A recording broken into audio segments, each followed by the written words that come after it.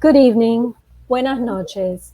On behalf of Mitchell Kaplan and everyone at Books and Books, I'd like to welcome you to our virtual evening with Congressman Eric Swalwell and Congresswoman Debbie Mucarsel-Powell.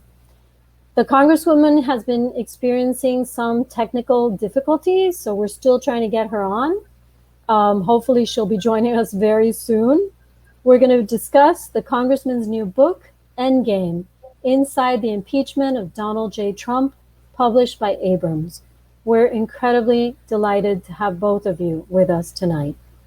To introduce you, we've tapped someone very special, a young man who I've known since he was a kid and would often visit Books and Books with his parents, Susie and Harry Horgan, the founders of Shake-a-Leg.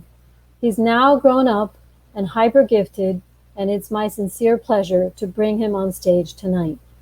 Eli Horgan is a rising junior at Columbia University, studying politics on fellowship this upcoming year at the University of Oxford, Lady Margaret Hall. He grew up reading in the children's section of Books and Books in Coral Gables and shelved books there throughout most of high school.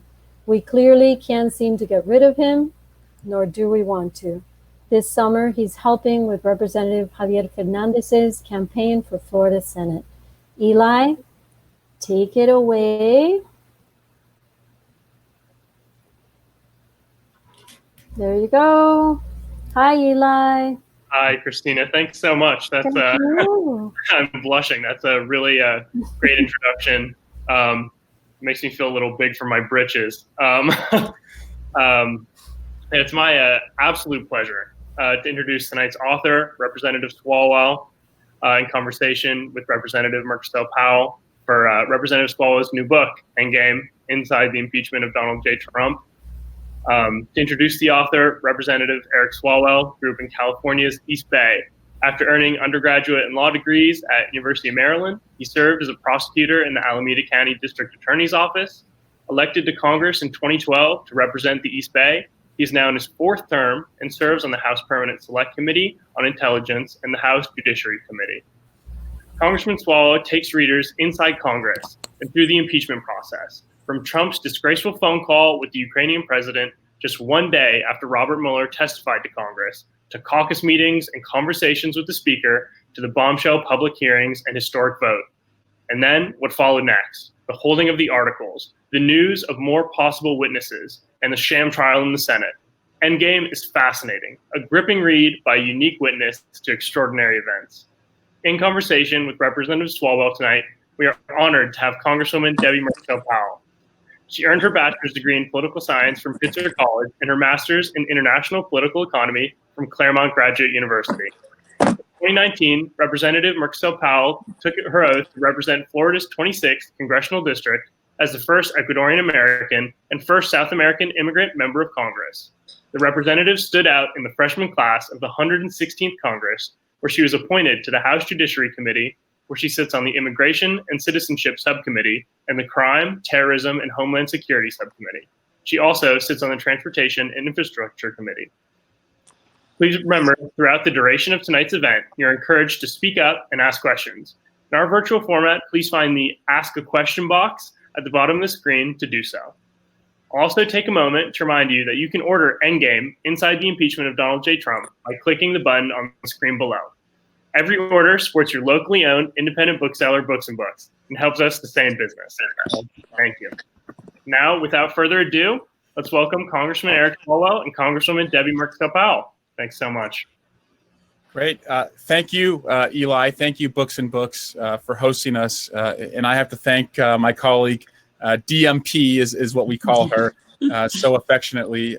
And when I asked her to be the moderator for this, I couldn't think of someone more fitting, because we were in the impeachment trenches. And so you're so lucky to have her representing you in the Miami area. So Debbie, thanks for doing this.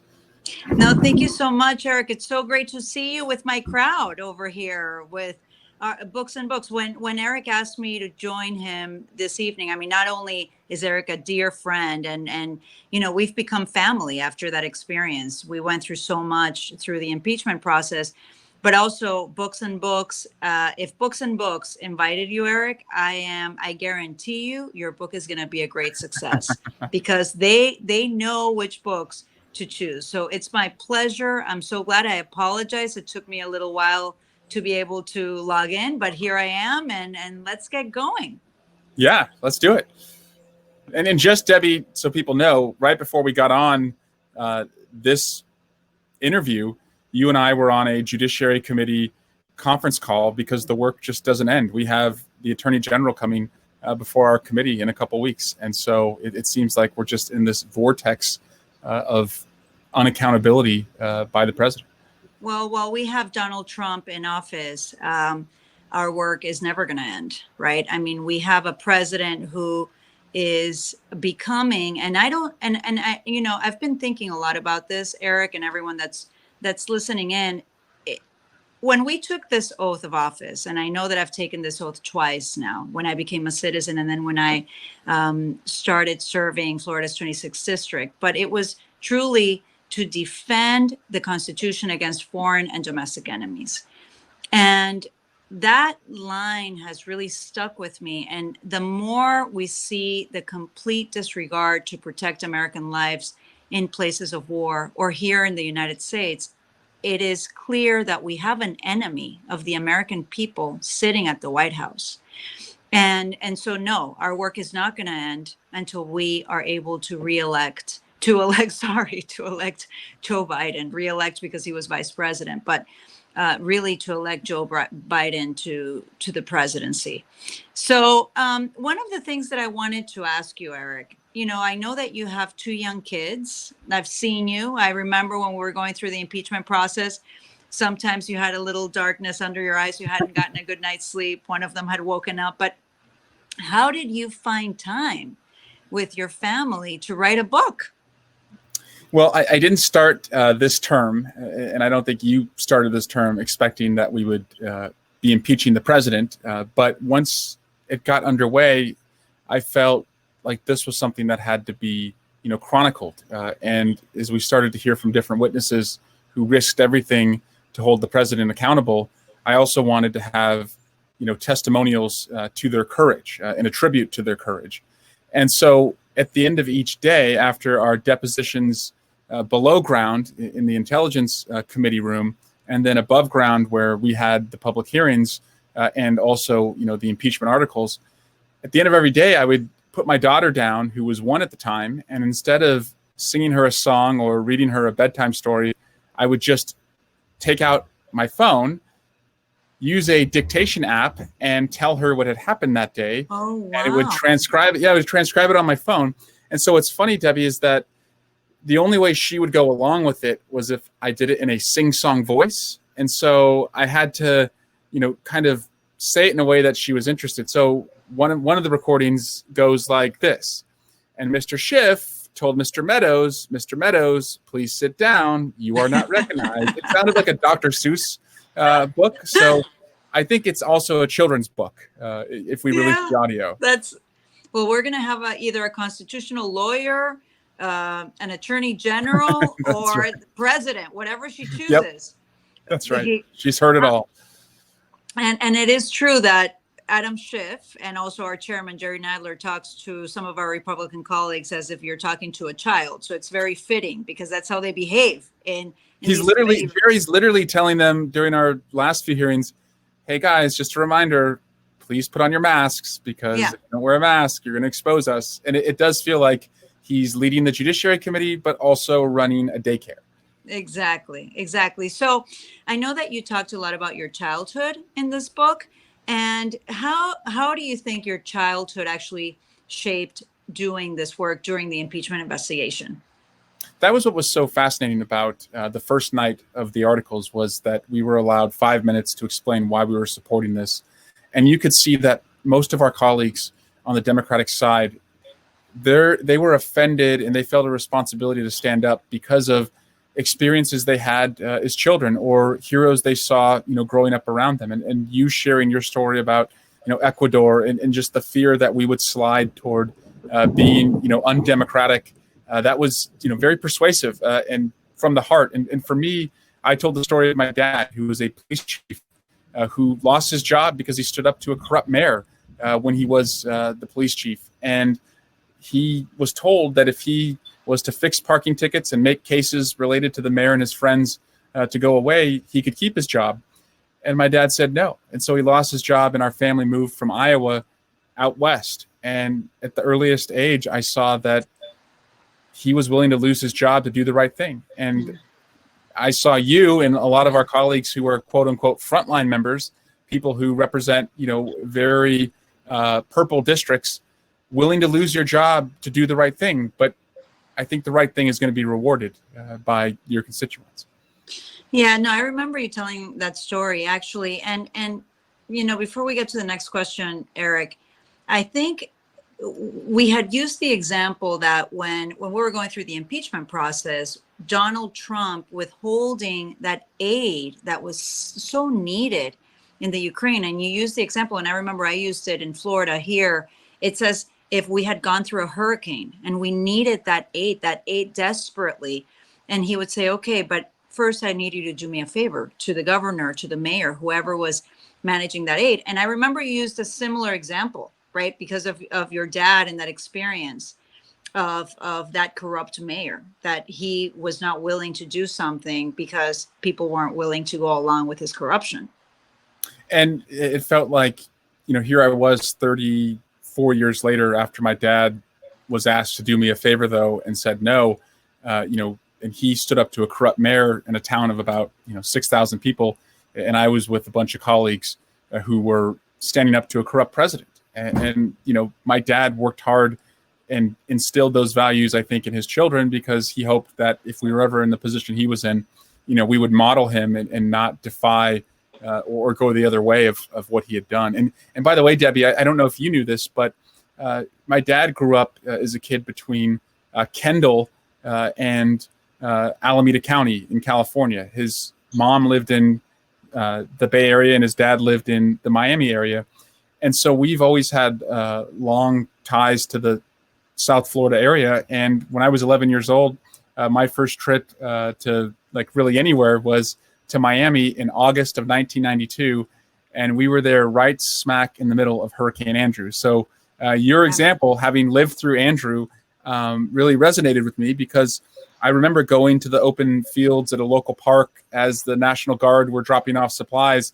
And you can only imagine if supplies were held up for anyone because a governor wasn't doing what the president had asked. And what's so funny is that here we are post-impeachment in a pandemic, and the president literally was telling governors that if you praise him publicly, you'll get the personal protective equipment and the ventilators, modeling and doing the same thing he did with the Ukrainian president.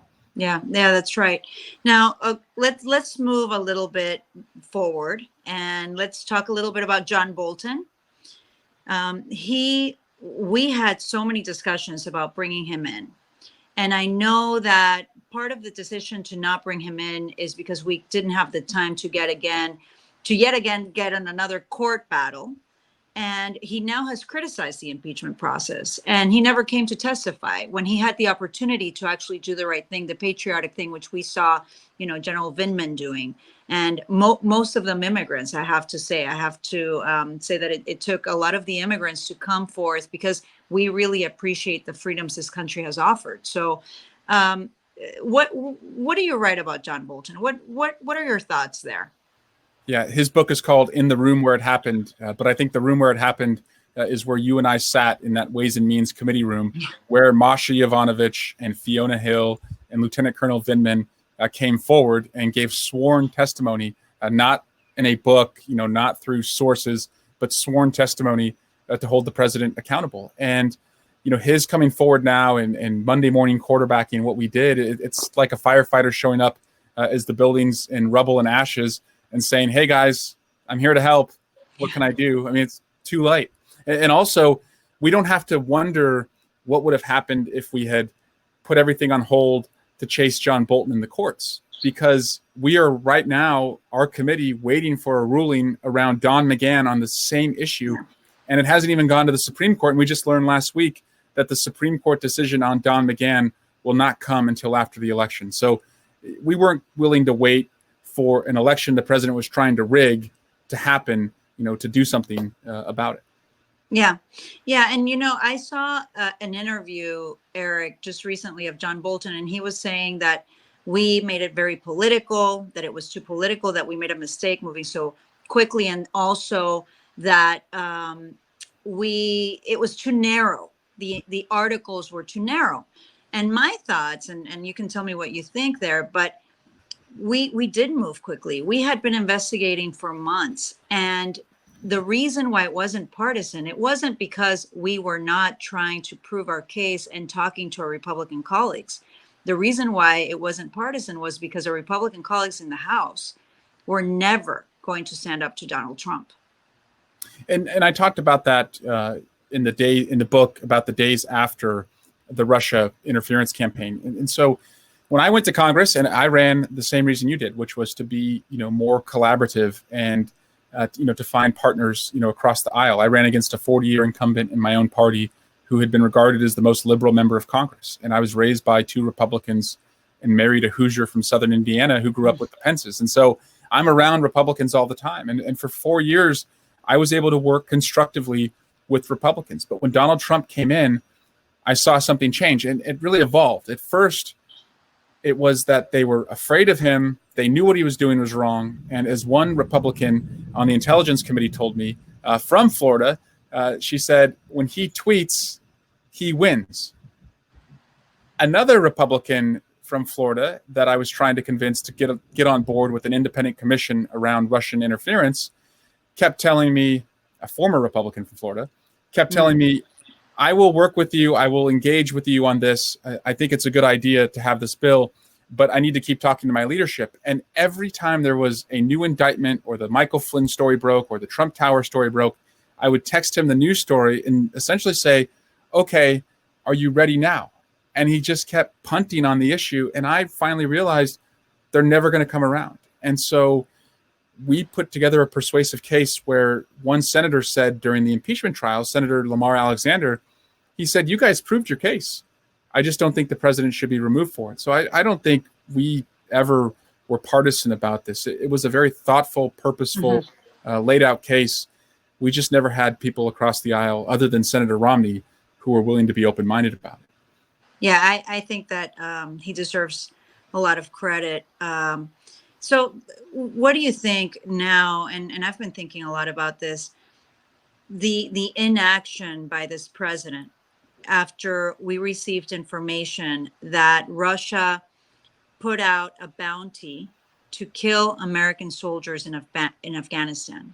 And, there are discussions of whether he was briefed or not, but the reality is that this information is now public and he has yet to comment on that. How does that relate to the impeachment investigation? What are your thoughts there? I mean, I have a lot of thoughts, but I want you to tell me what you're thinking, because if not, I'll take over. And this is about your book, so let's. So he's condemned Bubba Wallace, right? Yeah. He went after Bubba Wallace and has condemned him more than he's condemned Vladimir Putin. And so I've been briefed on, the allegations around Russia. The evidence I've seen so far is very credible. And if the public reporting is to be believed, that this was included in the president's daily briefing, and that force protection changes were made, and that our allies were notified, you can be assured that this was not a hoax, and this was not something written on the back of a, barroom napkin, that this was, something serious and alarming. And the president, by his public actions, has said not a word about it. And one of the challenges that you and I went through with particularly the Mueller testimony was that the evidence was overwhelming that the president had asked Russia to hack in the 2016 election, had welcomed the hacking, had planned a campaign around receiving the information, and then when the investigation started, lied about it and asked others to lie about it for him. But I think for the public, some people didn't understand what the relationship with Russia meant and didn't really know what the cost was. And so the cost was either unknown or immeasurable. But if this story is true, the cost as far as the president's relationship with Russia is quite measurable. It would be, the precious blood of U.S. soldiers if this allegation is true. And so he may not stand up for the Blue Star families that anxiously await their loved ones to come home from the battlefield. But we're going to continue to do so in Congress. And you and I are calling for a congressional hearing on this so that we all can be briefed and know what the threat is. Exactly. You know, I'm looking forward to having William Barr in front of our committee, Eric. Let's see what he says to us, if anything. You know, I say I'll see it when I believe it, because he always seems to weasel his way out of before Congress. But and for all of you watching out there, give us questions. Think of things that we may be able to ask. I always say that to all my constituents, to all the attorneys out there, because you know we read a lot, but sometimes we miss the most common things that we could be able that we would be able to get from him, because we're so ingrained in all the minutia and the details. So feel free to send Eric or me. That's a great point. You know, we had an Intelligence Committee hearing a couple of weeks ago with Facebook and Google and Twitter, and you know, someone in the way that you just mentioned DM'd me with some suggested questions for Facebook about the president's ads that had Nazi symbols being taken down. And the question was essentially, well, when would Facebook actually ban the campaign? Because other accounts would be banned if they did the same thing. And I mean, it was a great question. And I actually read it and thought that's better than anything I could come up with. So no, you're right. We're not, we're not know-all here. Like we only do this with the help of our staff and constituents. Okay. So let's go back to impeachment now. What was one of the most surreal moments for you, or the most disturbing, or both? For me, just if anyone's wondering what I'm thinking, I think some of the most disturbing moments was listening to my Republican colleagues attack these patriotic witnesses and demean them and just lie to the American people about the facts that we had in front of us. That for me was the most disturbing. In that room. Debbie, during one of the interviews with Marie Yovanovitch, in that spirit, the president was tweeting at her. And so I saw on my Twitter account that he was literally tweeting at her to try and intimidate her. So Schiff was doing his questioning. So I wrote out the tweet and passed a note, to Schiff about it. And he was able to ask her in real time, what do you think of this? And just to see her process all of it, that the most powerful person in the world is essentially going at you while you're standing up and raising your right hand. I'll never forget that. But at the break, when Republican colleagues were asked about it, one of them said, and I can't believe this, well, it's not intimidation if she didn't know that he was doing it. I don't know if you remember, one of the Republican colleagues had actually said that. But what I remember the most, and what still gives me goosebumps today, was at the end of Ambassador Yovanovitch's testimony. She stood up. She had just given hours of testimony, very dignified and sure and confident of what she had done. And behind her, spontaneously, everyone started clapping. And so the room erupted in applause, and she just walked out. And it was just like, wow. Like that was really moving to see people. I don't know who they were, where they came from, what their political stripes were, but everyone agreed she had done the right thing and that courage still mattered in our country. Yeah. Do you remember, Eric, now that you're saying that, it reminds me of the people that were sitting in that committee room when we had some of the Trump supporters come in and interrupt the hearing room and scream. I don't even remember what they were screaming, but it was very violent, that the environment, the vibe of these people coming into the hearing room and just screaming, interrupting the hearing. I do. That was, again, I think just in the spirit of what the president does, which is he throws smoke bombs, into the room to try and distract. The prep sessions were fun too. So we had a couple prep sessions over those, long weekends before we would do the articles. And I remember one morning, 8:30 in the morning, Saturday morning, no one wants to be on Capitol Hill. I came in and I think I had like a puff jacket and was, dressed for the Arctic. And you joked, you said, what are you, headed to the slopes? And I put this in the book, which was funny because I think we learned like 30 minutes later that the staff came in and said that the heat wasn't working. And so pretty soon everyone was like searching for, blankets or any like garment that was around. And like, we all looked like we were, in the Arctic preparing for that hearing. Yeah. Yeah. I was sharing blankets with Veronica Escobar and Madeline Dean. I remember that. And we were like going back to get tea because we were freezing, sitting there for hours and hours and hours. And it was like an icebox. And all the pizza, remember? Oh my God.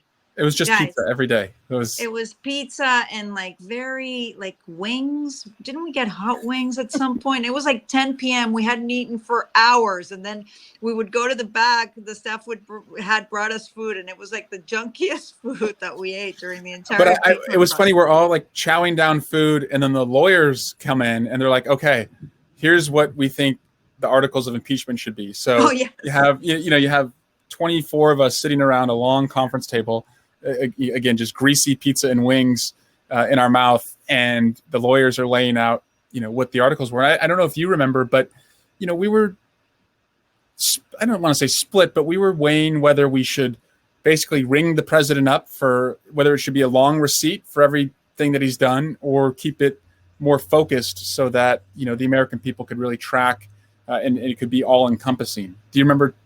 Oh, Eric. That's why Eric wants me to be the person in this event, because Eric and I pretty much agreed on a lot of those conversations. We wanted to include a few other things, right? Yes. I mean, he was certainly good, as I said, for a long receipt. But I think, we had Professor Tribe who came in and worked with us. He was incredible. He was incredible.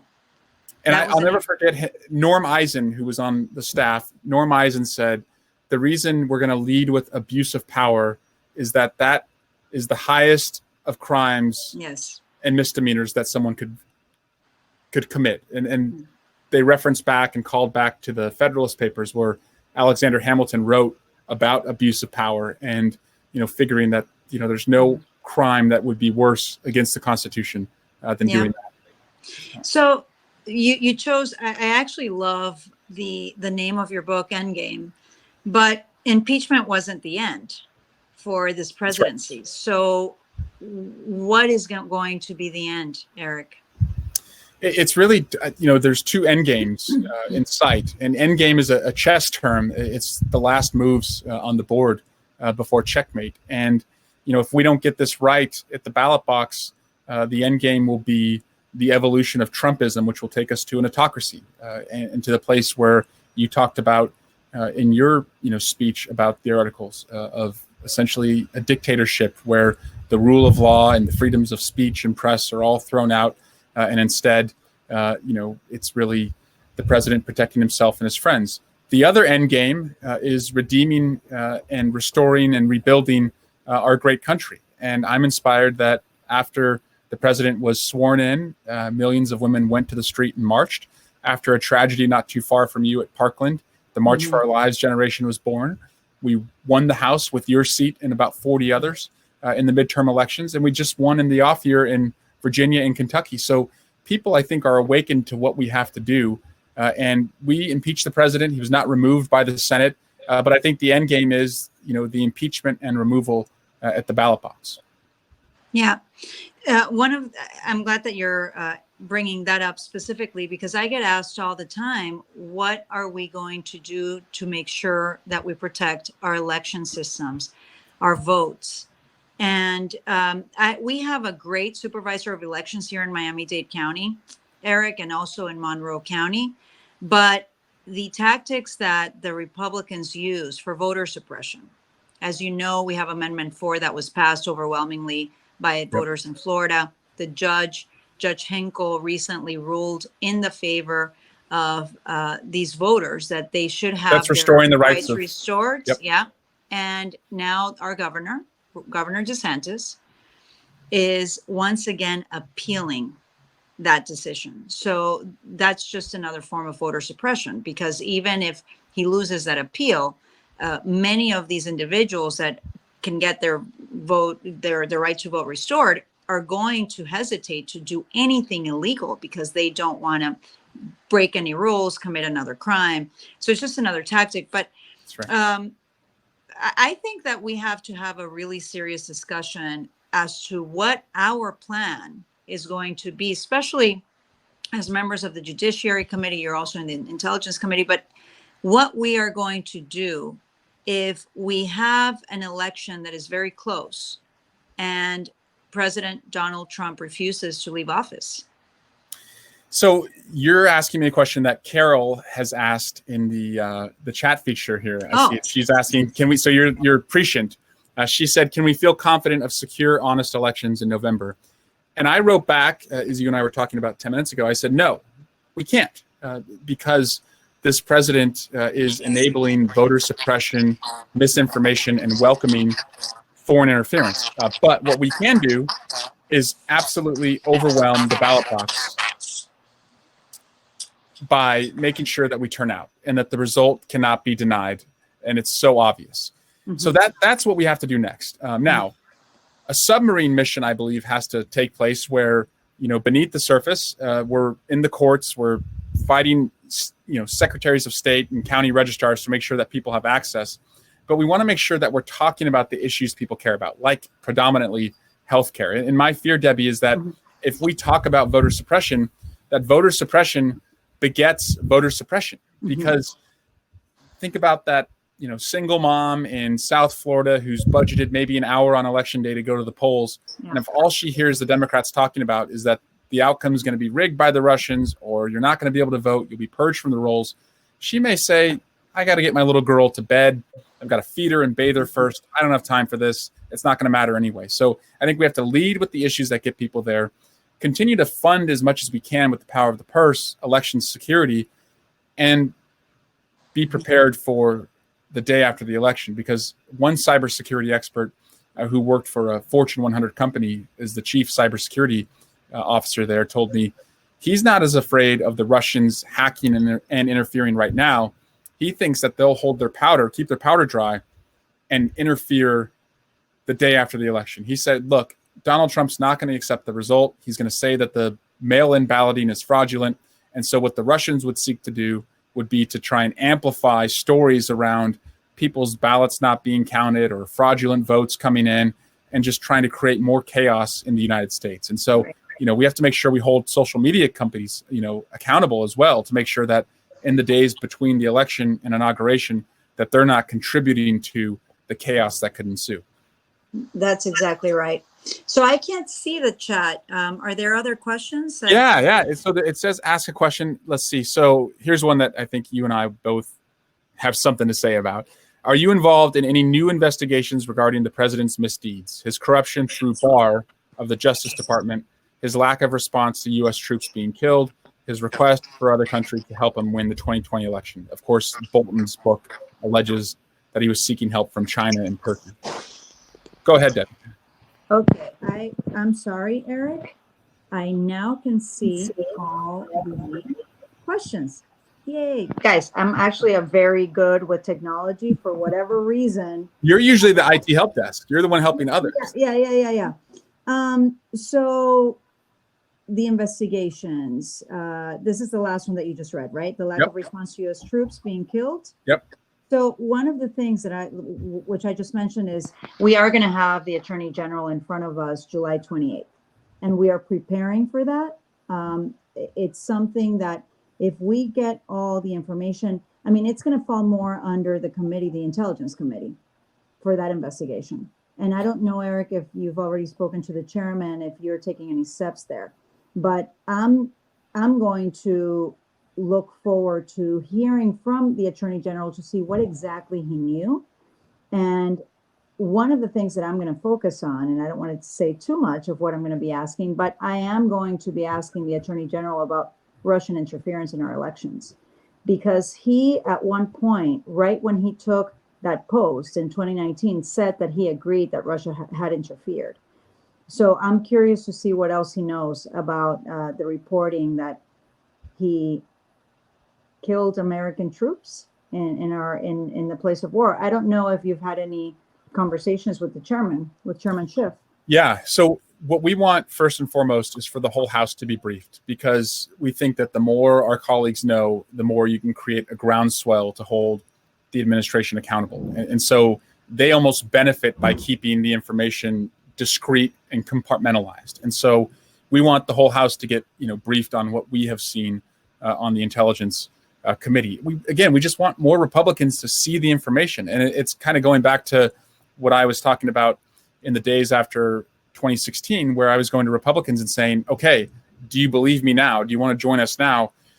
At least make sure that they've seen the information. And then once they've seen it, if they don't want to hold them accountable, again, then they're the ones that will face, I think, a day of reckoning at the ballot box. But we need to make sure that the nation's representatives know, what is alleged, the weight of the evidence behind it, and make sure we still are able to do something about it. Debbie, there was a similar question, just a few up on that, and it said, ask Bill Barr why he would tarnish his reputation for a man like Trump who shows no loyalty to anyone. People in Washington had told me before Barr was confirmed, look, this guy, he's just a conservative. He's not a Trump guy. He's the best of the worst. He'll be fine. And I, again, wanted to give him the benefit of the doubt. He'd been attorney general before. There were real issues around, what he had tried to suppress on Iran-Contra, but still, I was concerned by the 17-page unsolicited letter that he wrote to Rod Rosenstein, saying that the Mueller investigation was illegitimate. That was concerning. If you remember, he lied. Straight out lied when Charlie Crist, your Florida colleague, asked him right after the Mueller report came out if Mueller disagreed at all with Barr's characterization of the report, and Barr said no. And of course, Mueller had to send a letter saying, no, I do disagree. And then he's just through and through tried to downplay the report, investigate the investigators. He's co-signed on the president's mail-in balloting, fraudulent claims. And so, yeah, he does have a lot to answer for. And I look forward to having him before the committee. Well, also, William Barr, Eric, is someone that truly believes on a strong executive with absolute power. That's right. I don't think he's afraid of Trump. I think he finally found the president that he wanted to support. I don't think it's fear. I think he believes that the president of the United States has absolute power, more so than the judicial and the legislative. And so Barr found Trump, Trump found Barr. And I think that's part of the reason why he continues to cover for the president. He even said that he was going to investigate states. He recently in an interview said that he was going to go after states that enforced a stay-at-home order because of COVID-19. So he believes that their power supersedes the power of governors in individual states, which is very hypocritical, because Republicans, what they actually always say is states' rights, leave everything to the states. Yeah. So Gene Rosenberg asks, what kind of Republican Party do you think will emerge? That's a good question. I'm seeing it right now. In a post-Trump era. So I want the Republican Party where they want small government. We want a government that helps more people. They want fewer taxes. We want to make sure that the wealthy pay their fair share. They want all charter schools to invest in public education. I want to have those debates, and I want the best answers on those debates to win. But we're not engaging like that right now. This is just basically, you wake up every morning, you read the tweet of the day from the president, and if that flies in the face of anything you've ever stood for before, so be it. That's the line that you follow now. And it's really hard to work with that, because that's just following, the leader and not showing any collaboration or independence. Yeah. One of the things that we're seeing now in some of these primary elections is that some of the Republicans that are winning these primaries, I think it's been a couple of them, are members of the QAnon. That's actually a fact. And so what is the Republican Party going to look like after the Trump era? I hope that after everything is said and done and all the truth comes out, that we have Republicans like Mitt Romney I mean, whether we agree or not with him on all policies, but some of the Republicans that can lead that party forward, bringing the country together. You know, one of the things that I always say, especially here in Miami, Eric, because we have so many, you know, it's a mixed group. We have a lot of conservative Republicans. Many of them don't support President Trump, but we're all Americans. I mean, whether you agree or not on fiscal policy, on some of the social policies, we are all Americans. And I hope that the Republican Party moves towards bringing unity between Democrats, Republicans, and independents, instead of calling us the enemies of the people, which the president has done, which really, I take that very personally. So tell me, Debbie, you don't have to reveal names, but do you have Republicans that you work well with and you think Yes. Trump, you're going to be able to do some big things? Well, we've become very good friends, Eric. It's Francis Rooney, but he's not running for re-election. No. And we've been doing a lot on the environment, and we've become very good friends. And he's very conservative, but that doesn't matter. We have found a lot of ways to work together. So do you want to hear something funny about Francis Rooney?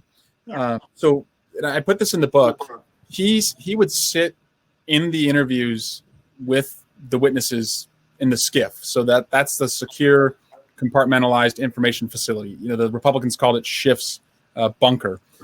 And he would sit there, and as these witnesses would come in and describe what the president had done, he would just do this. Yeah. He would put his head in his hands and just shake it. He's very honest. Yeah. He is very honest. And I later learned, and this is really, you couldn't make this up, he built the SCIF. Did you know that? Oh, no. I didn't know that. When he was in private practice as a builder in construction and development, he was contracted in the early 2000s to build the visitor center, which included the SCIF. That's amazing. No, so we're losing a great Republican. We are. He's not running for re-election, and part of the reason why he's not running for re-election is because of President Trump. He told me that he couldn't serve under Kevin McCarthy and the Republican Party that has become the Trump Party. So here's a good one, Eric. What are your hopes for this book? I want to know too. Yeah.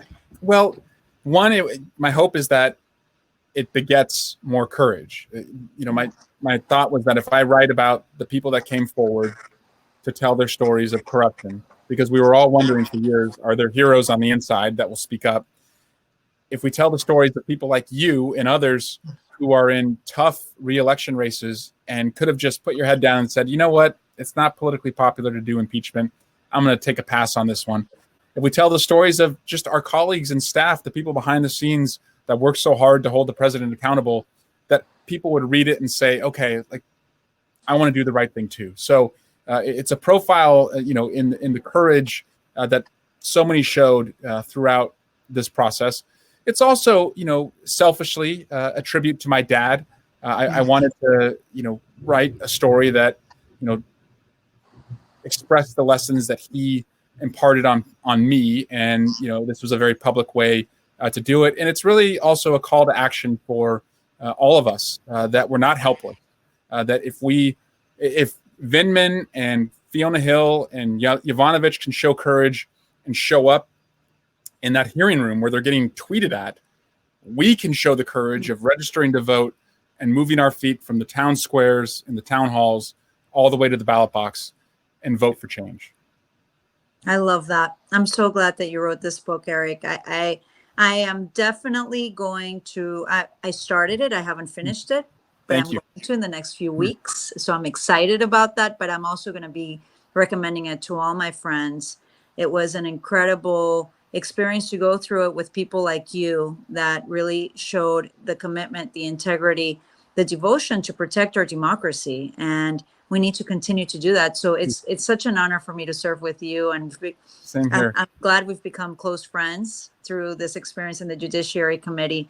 I still remember your first day on the floor during the swearing in with your family in the cloakroom. And it was a historic day. And you know, I was able to meet you and we hugged and talked about what was ahead. But I don't think any of us imagined that this would be the next 2 years. You were sworn in, Debbie, in a shutdown. right? Like that seems so long ago, but the government was shut down when you were sworn in. You've gone through, all the good things we passed, background checks, voting rights, LGBTQ, equality on the committee, to impeachment, to a pandemic, and now, of course, the restorative justice and police reform movement. We've done a lot on the committee. I've really enjoyed doing it with you and our colleagues, and thank you and Books and Books for putting this together. It really is an honor to speak to your constituents. We've got a lot of work ahead, but keep the faith. So glad they got to hear from you. One of the things that I say, and I don't want to, because to be respectful of everybody's time, but it's not just me. When you send me back to Washington in November, you're sending me to work with incredible colleagues that, like yourself, where we're all so committed and we're aligned in our values to do what's right for the American people. And like you said, we need to tell them that we are committed to providing access to good quality healthcare, that we are committed. And you're one of the few that's really always been on top of this issue, which is gun violence. And for me, it's very personal because I lost my dad. Yeah. But you have been incredible in that issue, Eric, and I'm very grateful to you because it really requires a lot of us to just keep moving that forward. We need to protect our communities from gun violence. And raising the minimum wage, bringing back jobs. There was a question about infrastructure. We just passed an incredible infrastructure package that I'm in the committee that passed it, which would bring large investments for surface transportation, especially here in South Florida, that we need it desperately, but also providing so many jobs. And so, this is just the beginning, Eric. We need to continue doing this. We need to get Joe Biden into the White House so that we can start passing some of these incredible reforms that we've already passed in the House. Well, I have a natural hook being pulled with the thunder and lightning that you're probably hearing and seeing behind me. So it's like right on cue. But thank you again, Debbie. Thank you, Eli, and Books and Books. Yeah, thank you, Books and Books, for recognizing an incredible colleague and a great book that I'm excited to finish reading. Hi, everybody, again. Thank you, Representative Swalwell and Representative Mucarsel-Powell for being with us tonight. And for everybody watching, thank you all for joining us. I may speak for myself for all the concerns we may share about the current and future state of our democracy. I think I speak for everyone in saying that I'm so proud to hear firsthand the strength and service of the representatives fighting to protect it. For your fight and for all of this evening's talk, thank you, representatives. Very much. Thank you, guys. Good night, Eli. See you soon, Eric. See ya.